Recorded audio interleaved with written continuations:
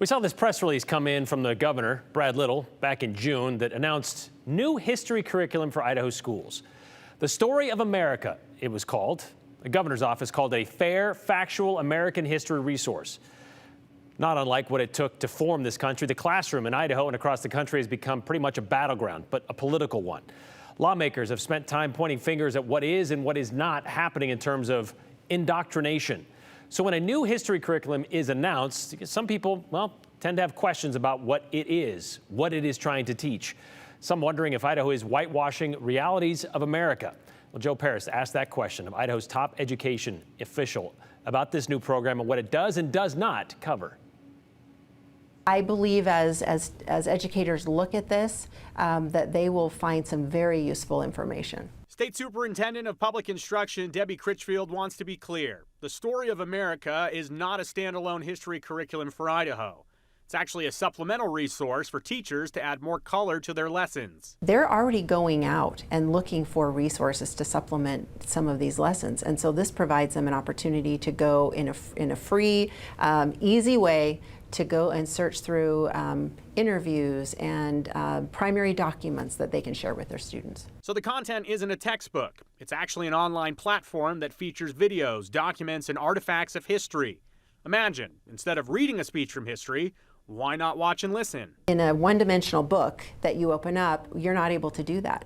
And with this, you can pull something up on a screen, you can click, you can hear people through history in their voice. And I think it just really provides a really full, enriching experience. Critchfield says she has had two very different responses to this new resource. Some love the concept and have thanked her office for making it happen. She says others are skeptical about what the possible content is. People who maybe don't understand exactly what it is, who are nervous that we're, as the department or the state, trying to provide, this is how we're going to color history and this is how we think every kid needs to understand it. And that's not at all what this is about. Because I know there are folks that when this came out, they said, well, is this the state of Idaho whitewashing history? What are your responses to that? Kind of what I just did. My initial reaction is to sort of smile or chuckle a little bit and say, absolutely not. As we look through it, obviously we spent our folks here at the department, the governor's office, his folks, myself and the governor, we went through many meetings and presentations and looked through the materials, because that's exactly what we were trying to avoid. Samples of the content provided to KTVB show a critical look at American history. No glossing over ugly years and impacts of events like slavery, Jim Crow laws, anti-immigration sentiments, racism, and the rights of women. We don't want not only the perception, but the actual implementation of saying, here's how we view the world, this is how we want every kid to see it. I believe that this really provides a more comprehensive and it is a deeper look at some of these elements of history that teachers haven't been able to get to because, again, of a very limited published book. While examining the program and people that are involved in creating the curriculum, some critics point to a statement made by one of the creators of the program, former U.S. Education Secretary William Bennett. He said a reason for the new content is, quote, "For too long, an anti-America ideology that radically misrepresents U.S. history has infiltrated our education system and misled our kids."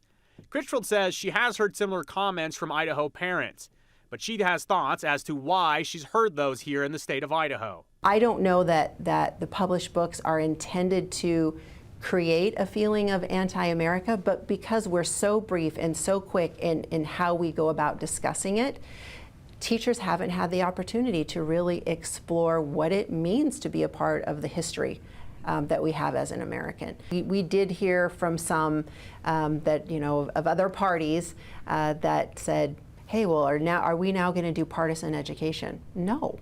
This is an opportunity to supplement, to help teachers. We think this is good quality stuff.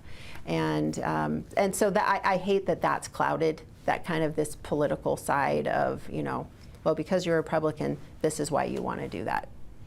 Well, yes, I am a Republican, and this is good material. I believe we have the greatest country on the earth.